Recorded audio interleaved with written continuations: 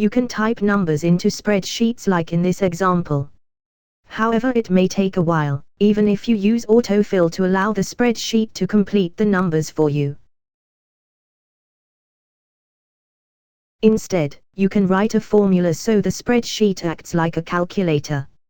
Notice how the multiplication sign is an asterisk. Can you find this on your keyboard?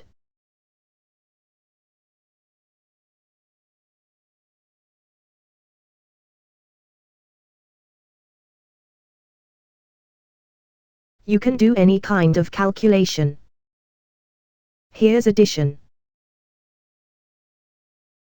See how it works out the answer for you when you press enter or press the tick.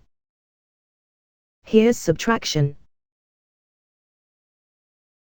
Here's multiplication again. Remember, you have to use an asterisk symbol, not an X. You might have a divide sign on your keyboard. If you don't find the /, spreadsheets use a / symbol for a divide sign. You can also use powers as well. This example means 2 times 2 times 2.